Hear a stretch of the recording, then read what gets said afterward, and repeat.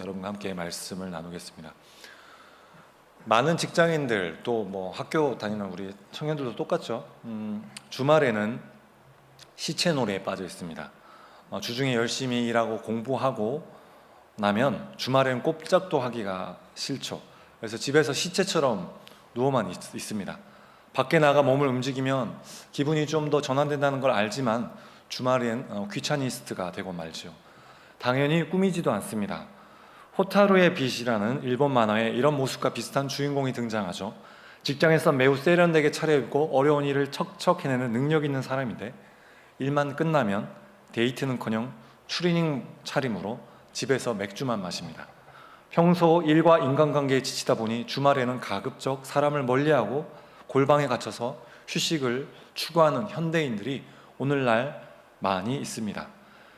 많은 기업들이 최근 직원들의 스트레스 관리를 어떻게 할지에 관해 관심을 많이 기울이고 있는데요. 스트레스가 쌓이면 의욕 저하는 물론 불편과 불안 등 다양한 부작용이 생기기 때문에 이렇게 되면 아무래도 업무 집중도나 성취 동기가 약해져서 업무 효율이 떨어집니다. 그래서 일부 기업은 정신의학자를 동원해서 직원들의 스트레스 관리를 하기도 합니다. 그런데 스트레스로 인해 각종 부작용을 겪는 직원의 증상이 호전되면 여러분 업무 집중도가 다시 증가할까요? 당연히 그럴 거라고 기대하는데요. 근데 막상 현장에서 보면 증세가 호전되어도 회사의 업무에 몰입하지 못하고 방관자처럼 행동하는 사람들을 많이 발견하게 됩니다. 그것은 바로 그 사람 속에 우리 가운데 있는 심리적 회피 반응이 있기 때문에 그렇습니다. 여러분 고통하고 통증을 피하려는 건 정상적인 반응인데요.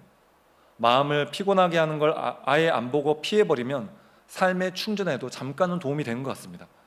그런데 이거는 정말 잠깐일 때만 적용되는 이야기인 것 같습니다. 회피가 장기화되면 문제가 저절로 사라지진 않습니다. 그래서 다 때려치우고 어디론가 멀리 떠나고 싶다라고 하는 직장인을 자주 보게 되는데요.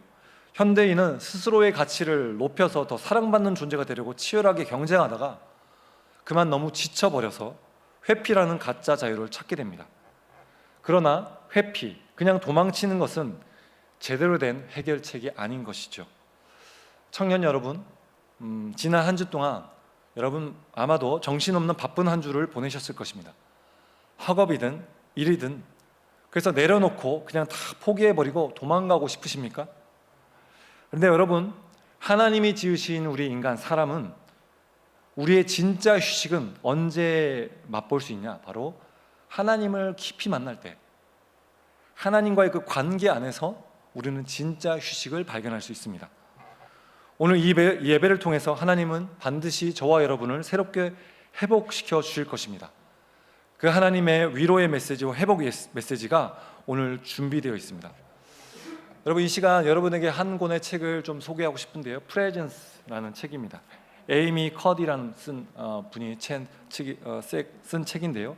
이 책에 보면 이러한 목차가 나와 있는데요. 행복해서 노래하는 게 아니라 노래에서 행복해지는 인생. 몸이 마음을 지배한다. 자세를 바꿔라. 그러면 마음도 변한다. 작은 변화가 큰 차이를 만든다. 이루어질 때까지 이루어진 것처럼 행동하라. 이렇게 되어 있습니다. 여러분에게 일독을 권합니다. 저도 지금 읽고 있는데요. 참 좋은 것 같습니다. 그래서 여러분, 오늘 제가 여러분과 함께 말씀을 나눌 때 그냥 따라 읽지 마시고 저 말씀이 나에게 이미 이루어졌다라는 믿음을 가지고 함께 선포했으면 좋겠습니다. 아멘. 네, 오늘의 본문은 오직 하나님의 주도적인 도우심과 구원하심으로 모든 전쟁에서 승승장구하면서 주변 대적들을 평정하여서 왕이 된, 그래서 이스라엘의 왕이 된 그래서 하나님께 영광을 돌리는 다윗의 노래 찬송시였습니다. 다윗은 원래부터 왕족이 아니었어요. 그냥 어린 목동이었고 그냥 정말 시골에 있던 아주 하찮은 목동이었습니다. 그런데 그를 하나님께서 부르셨고 그에게 기름 부으셔서 마침내 이스라엘의 용사 군대장으로 만들어 주셨고 종국에는 하나님의 나라의 왕으로 만들어 주셨죠. 그래서 다윗은 성경의 곳곳을 보면 그 하나님을 노래하는 하나님, 아무것도 아닌 나를 불러주셔서 하나님의 그 놀라운 꿈을 성취하신 그 하나님을 높여 노래하는 그 다윗의 모습을 볼 수가 있습니다. 오늘 본문도 역시 그러한 다윗의 찬송입니다. 다윗의 어떠함을 얘기하는 것이 아니라 지극히 부족하고 연약한 자기에게 임하신 하나님을 높여드리고 하나님을 노래하고 있는 모습을 볼 수 있습니다. 여러분, 그런데 다윗이 살았던 수천 년 전의 그 시대, 특별히 오늘 본문이 기록된 이 시대의 시대적 여건은 지금 여러분이 살아가는 오늘의 상황과 별반 다르지 않습니다. 다시 말해 폭력과 난잡한 음란한 성문화가 그 시대 가운데도 지배적이었습니다. 그래서 하나님의 영광을 이루기 위한 삶을 꾸려나가는데 이보다 더 부적합한 시대, 이보다 더 열악한 시대는 없었다라고 볼 수 있습니다. 그러나 다윗은 치열한 상황 속에서, 현실 속에서 하나님을 앙망했던 자였습니다. 그는 하나님과 홀로 있겠다며 인간 사회로부터 물러나지 않았습니다. 오늘 본문에서 그는, 오늘 이렇게 노래하는 그 본문은 다윗이 산속에서 혼자 있었거나 아니면 호수 속에서 혹은 숲속 개울가에서 노래한 것이 절대 아닙니다. 그는 치열한 현장에서 하나님을 고백하고 있습니다. 어느 현장이었을까요? 바로 다윗이 뛰어든 실제 삶의 현실은, 오늘의 현실은 바로 전쟁이었습니다. 여러분, 지금도 막 세계에는 전쟁이 벌어지고 있죠. 찰스 윌리엄스라는 신학자는 예수님이 세 가지 삶의 여건 아래 가운데 태어나시고 사셨다라고 말합니다. 첫 번째, 로마의 어마어마한 권력이 그 시대 가운데 있었고, 두 번째, 휘황찬란한 헬라의 문화, 많은 유혹과 시험을 주었던 헬라의 문화 가운데서, 세 번째, 그토록 만연했던 인간의 죄 가운데 예수님께서 이 땅에 태어나셨고 성육신하셨다고 말씀하고 있습니다. 여러분, 그야말로 지금 이 시대보다 더 치열하고 힘든 시대에 예수님은 이 땅 한복판에 인간으로 오셨습니다. 많은 분들이, 많은 청년들이 그렇게 얘기해요. 성경을 보면서 그때는 지금보다 덜 힘들었다고, 시험이 덜했고 유혹이 덜했다고 말합니다. 아니요, 여러분, 천만의 말씀입니다. 다윗의 시대, 예수님의 시대, 사도들의 시대는 지금보다 훨씬 더 힘든 시대였습니다. 특별히 초기 기독교 시대에는 많은 사람들이 예수님만 믿어도 옥에 갇히고 사자의 밥이 되어버렸고 핍박을 당했고 죽임을 당했습니다. 여러분, 학교 생활, 또 알바 생활, 또 직장 생활이 너무 힘드십니까? 그러나 오늘 말씀의 다윗은 지금 여러분보다 더 힘든 시대적 상황 속에서 하나님을 선포했다는 사실을 기억할 수 있길 바랍니다. 그리고 하나님을 긍정하고 의뢰하며 모든 장벽을 뛰어넘었던 사람이 바로 다윗이었습니다. 여러분, 기독교가 추구하는 영성은 무엇일까요? 피한적이지 않습니다. 한자라서 어려운데 쉽게 말해 도피하는 것이 아닙니다. 기독교의 영성은요, 차안적입니다. 뭐냐면 현실에 뿌리 박은 영성이 바로 기독교의 영성입니다.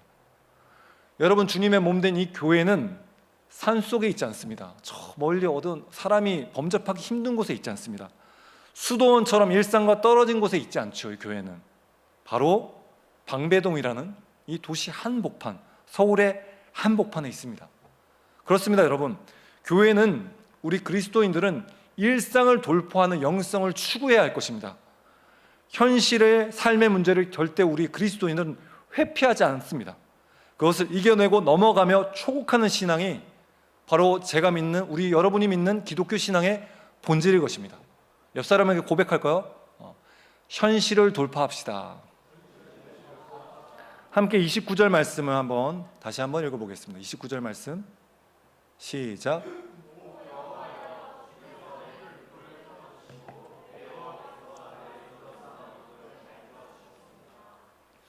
다윗은요, 하나님께서 자기에게 베풀어 주신 은총을 등불로 표시합니다. 하나님은 수많은 공고한 상황을 겪었던 다윗에게 등불이 되어주심으로 다윗의 행로, 즉 그와 그의 군대가 출정하는 길을 알려주셨어요. 여러분, 전쟁이 얼마나 힘들까요? 그러나 그때마다 하나님께서는 그의 군대에 그의 등불이 되셔서 어디로 나아가야 될지, 어디로 나가 싸워야 할지 알려주셨다는 겁니다. 동시에 전쟁을 마치고 또 전쟁이 위기 상황에 있을 때 어디로 퇴각해야 하는지, 어디로 피해야 하는지 그 길을 등불처럼 밝혀주셨다는 것입니다. 아멘. 그렇다면 여러분, 동일하게 우리 하나님은 저와 여러분, 우리 청년들의 삶을 비추시는 진정한 빛과 등불이 되어주실 줄로 믿습니다. 이 시간 우리 청년들 중에 자신의 상황이 안개같이 느껴지는 분이 있으십니까? 비전의 막막함, 인간관계의 어려움, 학업과 직장 생활을 열심히 감당해 보지만 어디로 나아가야 할지 답답해하는 분이 계십니까? 또 이 직장을 계속 다녀야 할지, 이직해야 할지 깊은 고민 중에 있는 분이 계십니까? 대학원에 가야 할지 취업을 해야 할지 고민되십니까? 나의 사업체에 지금 다가오는 이 기회를 붙잡아야 할지 그냥 흘려보내야 될지 헷갈리십니까? 여러분, 우리가 진짜 힘들 때는 언제일까요? 나에게 일어나는 일이 해석되지 않을 때입니다. 그러나 여러분, 주 안에 있을 때 주님의 말씀이 나의 삶을 비출 때 모든 것이 해석되고 설명되는 은총을 누릴 수 있습니다. 시편 119편 105절 말씀이 그래요. 주의 말씀은 내 발의 등이요 내 길에 빛이시나이다. 아멘. 오늘 29절 말씀을 여러분 붙듭시다. 우리의 안고 섬을 아시며 우리에 앞서 우리보다 먼저 선행하시는 하나님을 따라 어디로 나아가야 할지 또 어디로 피해야 할지를 알려주시는 등불 되신 하나님께서 이 시간 저와 여러분의 행로를 밝히 보여주시고 비춰주실 것을 믿습니다. 여러분, 혹시 병원에 가셔서 의사쌤을 만나고 수술을 하고 치료를 받아도 약을 먹어도 낫지 않는 분이 계십니까? 여러분, 저는 요즘에 그런 사람들 너무 많이 만나요. 정말 많이 있습니다. 그러나 여러분, 여호와 라파의 하나님, 치료자 하나님께서는 못 고칠 질병이 없으십니다. 아멘. 여러분과 동일한 아픔과 질병을 가진 이 세상에 누군가는 반드시 그 치료법을 찾고 있어요. 책도 많이 나와 있어요. 치유의 길로 누군가는 나아가고 있을 줄 압니다. 여러분의 등불 되신 하나님께서 여러분의 지금 질병, 여러분의 가족의 질병들을 가운데 우리가 하나님을 의뢰하며 나아갈 때, 라파의 하나님을 찬양하며 나아갈 때 우리를 치료의 길로 안내해 줄 줄로 믿습니다. 그래서 병원이 못 고치고 약이 못 고치는 그 질병까지도 우리 하나님은 고쳐 나아갈 수 있는 그 길을 반드시 열어주실 것을 저는 믿습니다. 여러분, 성령 강림절 주 예수님의 이름으로 담대히 선포합니다. 우리 청년들의 학업의 길과 비전의 길이 환하게 비추신 등불로 말미암아 활짝 열리게 될 줄로 믿습니다. 사업의 앞날이 환히 밝혀질 것이고 치료의 과정이 새롭게 열리게 될 줄로 믿습니다. 우리 함께 30절 말씀을 읽겠습니다. 함께 읽게요. 시작. 하나님께서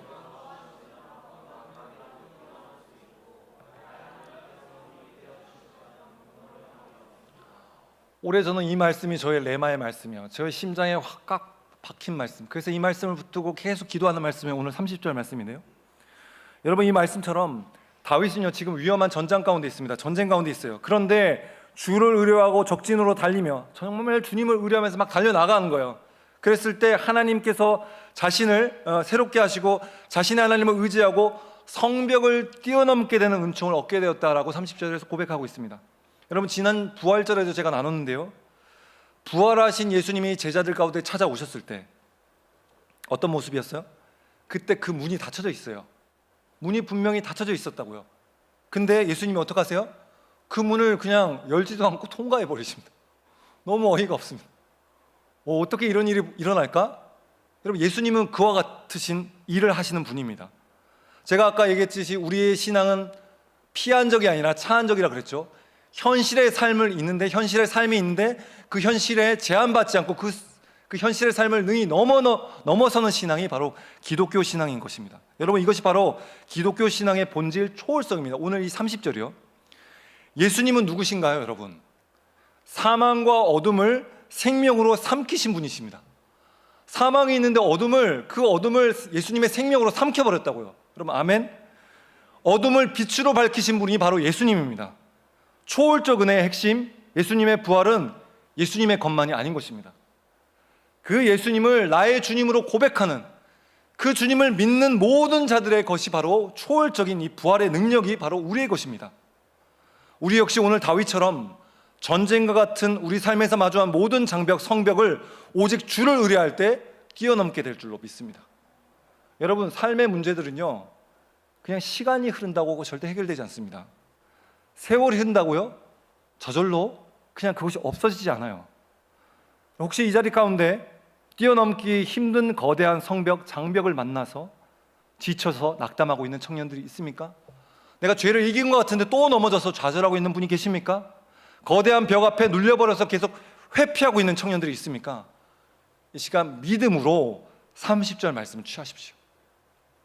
여러분, 그리스도인은 두 가지 시간대를 살아갑니다. 일반적인 세상의 시간대, 여러분 들어보셨을 텐데 크로노스라는 시간대, 과거, 현재, 미래입니다.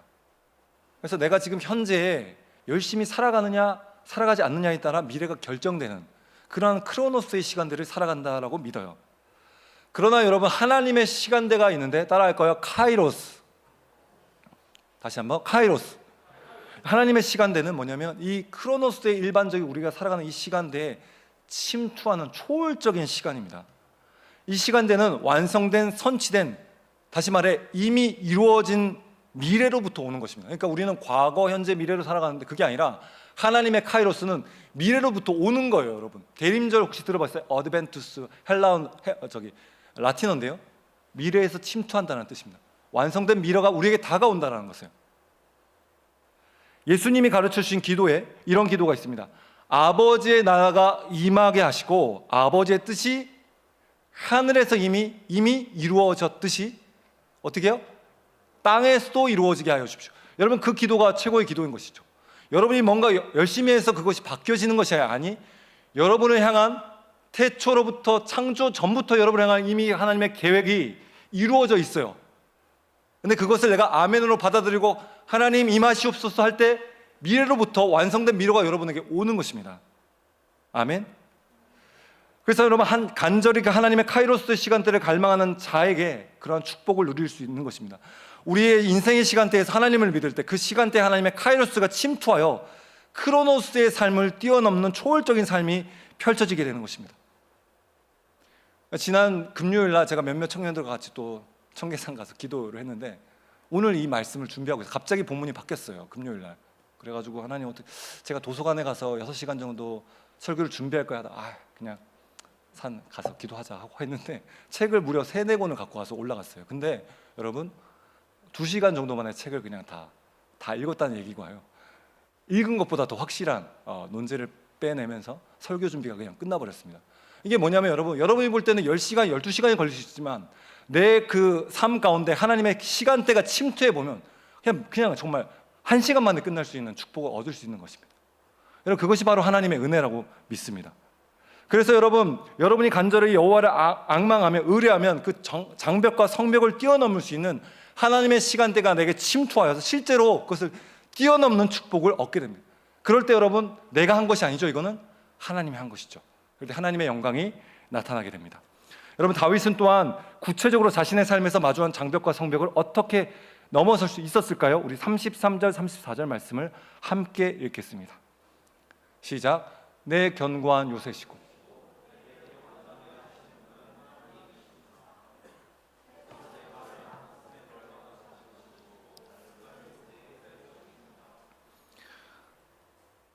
하나님은 전쟁 중에 있는 다윗에게 수비형 무기를 허락하셨습니다. 하나님은 다윗에게 견고한 요새셨고요, 적들에게 추격당하며 목숨이 위태로운 상황에서 다윗을 안전한 곳으로 인도해 주셨다라고 오늘 말씀하고 있는데요. 사랑하는 청년 여러분, 우리 하나님은 우리 인생의 모든 적들의 공격을 막아주는 방패가 되십니다. 요새가 되어주시고요, 그리고 우리를 안전한 길로 인도해 주신대요. 여러분, 누군가 세상이 아무리 여러분을 공격하고 상처를 주고 힘들게 하고 지치게 하여도 하나님이 우리와 함께 하시면 우리는 그 모든 공격과 추격을 넘어설 수 있는 것입니다. 실제로 방패가 되신 하나님을 만날 수 있는 거예요. 그러면 그 힘든 것들을 초월할 수 있어요. 여러분, 혹시 이 자리 가운데 그런 경험이 있으신가요?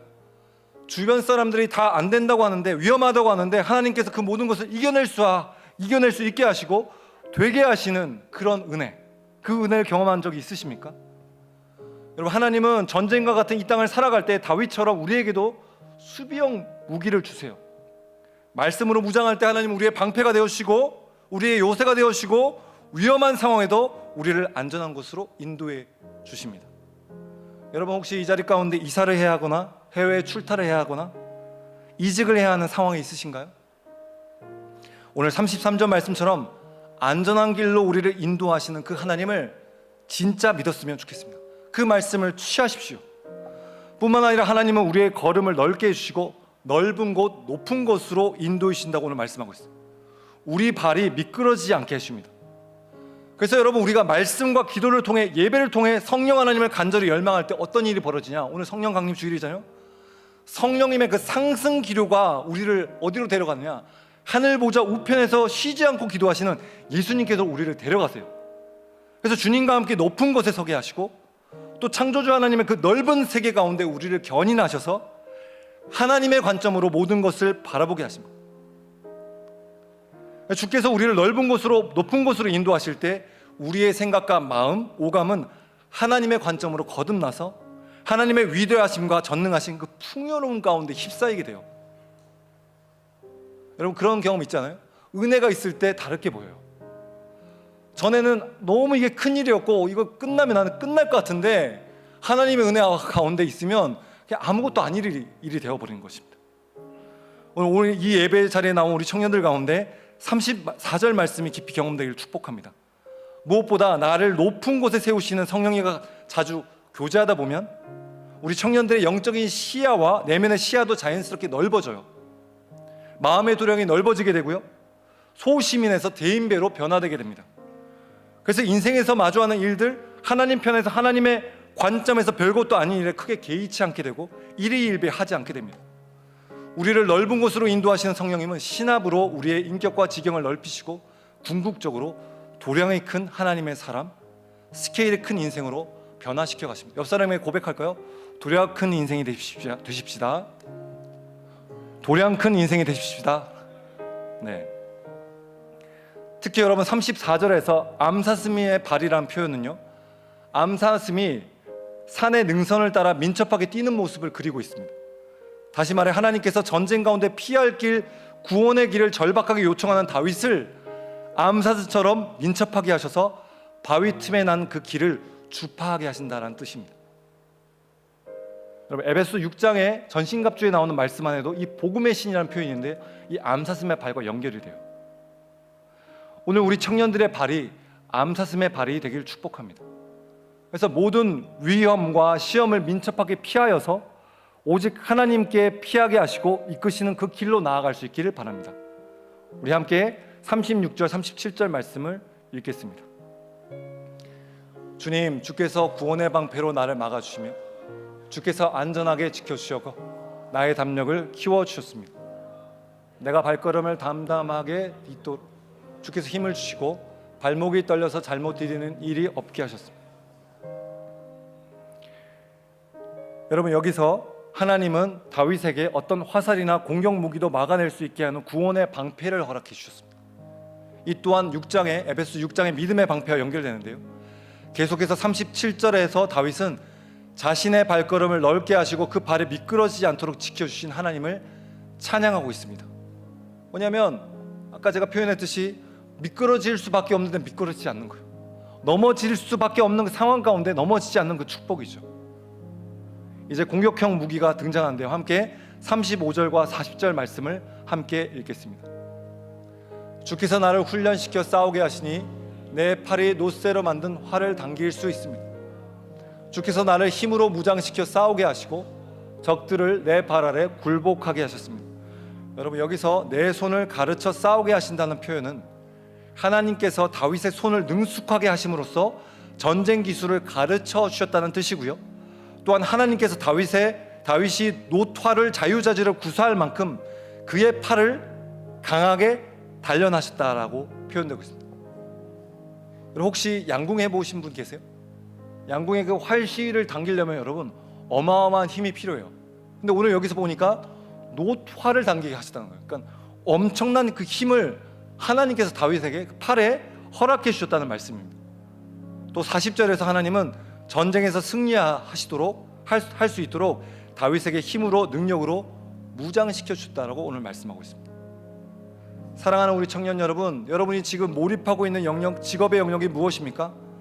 성령 하나님께서는 전쟁과 같이 치열한 인생을 살아가는 우리의 발을 암사슴 발처럼 민첩하게 해주실 것이고 우리의 손을 능숙하게 하셔서 우리가 속한 분야의 유리천장을 뚫을 수 있는 실력, 그런 화살을 쏠 수 있는 능력과 기술과 지혜, 무엇보다 힘으로 당기기 힘든 노탈 시위를 당기게 하는 힘과 능력을 우리 발 가운데, 우리 손 가운데, 우리 팔 가운데 더해 주실 것을 믿습니다. 아멘.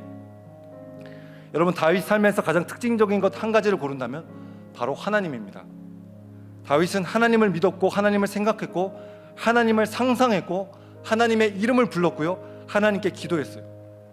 그래서 다윗의 실존에서 가장 커다란 부분을 차지했던 것은 그 자신이 아니라, 다윗 자신이 아니라 바로 하나님이었습니다.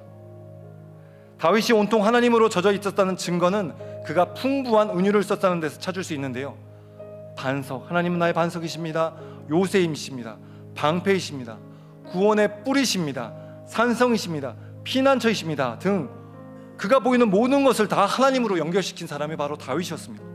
너무 부러워요, 다윗의 이 영적 감수성이. 시인과 같은 이 다윗.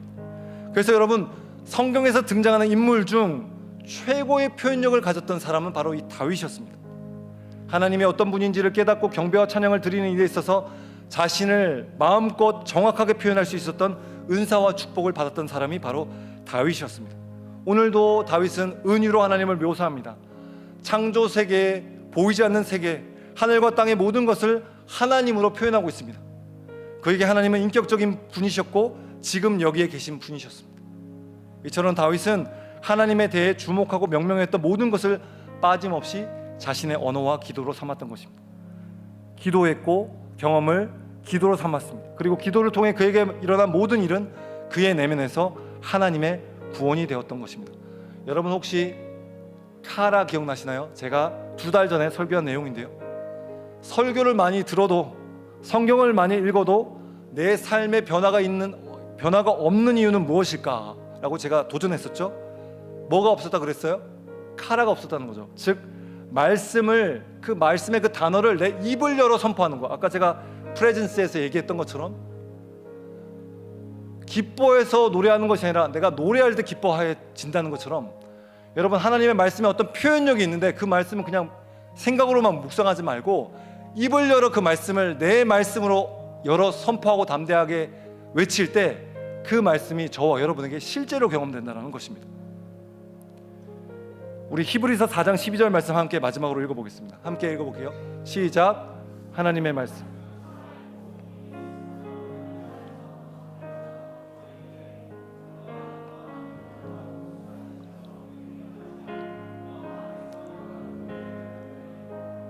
여러분, 오늘 우리 예배 가운데 우리가 이렇게 말씀을 좀 외치고 소리내고 부르짖고 나아갈 텐데, 여러분, 하나님의 말씀을, 그 말씀을 내가 아멘으로 그 단어를 기억하십시오. 기도하고 찬양하고 선포할 때 하나님의 말씀이 권능이 임하게 되고, 이때 하나님이 주신 생각과 마음이 부어지게 됩니다. 그리고 이때 우리의 인생에 담을 뛰어넘을 수 있는 위로부터의 힘을 얻게 됩니다. 여러분, 바로 이것이 성령으로 거듭난다는 것입니다. 나에겐 그 힘이 없어요. 나에겐 지혜가 없어요. 그러나 내가 하나님의 말씀을 붙들고 전심으로 나아갈 때 위로부터 부어지는 초월적인 하나님의 능력과 힘을 얻게 된다는 것입니다. 이것이 바로 진정한 카라의 과정입니다. 말씀을 소리내서 선포하고 기도할 때 우리 영혼과 육체의 장벽이 무너지게 되고 우리의 삶의 장애물이 아무것도 아니게 되면서 우리 삶의 진정한 변화가 시작될 수 있습니다. 여러분, 다윗은 오늘 사무엘하 22장에서 하나님이 자기의 반석과 요새와 건지시는 자가 되신다, 방패와 구원의 뿔이 되신다, 높은 망대가 되시고 피난처가 되시고 구원자가 되신다라고 고백하고 있습니다. 그래서 우리 역시 하나님을 향한 우리의 간절한 그 마음, 감사의 마음을 표현하였으면 좋겠습니다. 다윗의 시편을 찾아 읽으면, 오늘 본문의 말씀을 따라 읽으면 우리들이 생각할 수 없었던 놀라운 표현력과 기가 막힌 단어와 문장들을 발견할 수 있어요. 그리고 그 말씀을 붙들고 기도할 때 실제 말씀의 역사가 나타난다는 것입니다. 믿으십니까? 아멘. 성령께서는 하나님의 말씀을 레코드하셨고 우리에게 플레이 시키십니다. 재생시키셔요. 그래서 다윗이 하나님은 나의 방패이십니다 라고 하면, 여러분, 이따가 기도할 때 우리도 믿음으로 하나님은 나의 방패이십니다 라고 믿음으로 선포할 수 있어요.